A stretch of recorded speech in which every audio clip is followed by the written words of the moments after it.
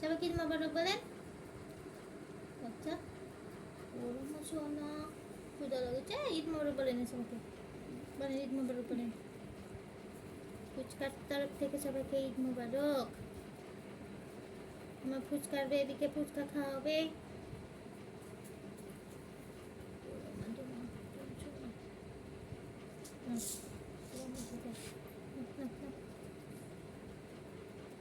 সোনা বাচ্চা এদিকে ছোড়ো,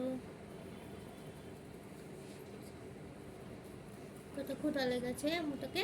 একবার দেখেছি ঘর থেকে বেরিয়েছে, দেখি দেখি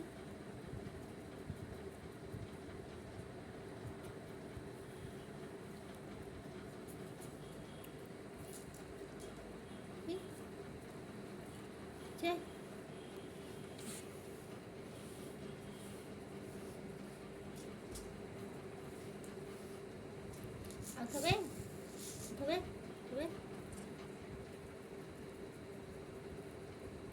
ঈদ মোবারক সবাইকে বলো। ফুচকা সূর্যি আসলো না, সূর্যি বেবি নিয়ে বসে আছে।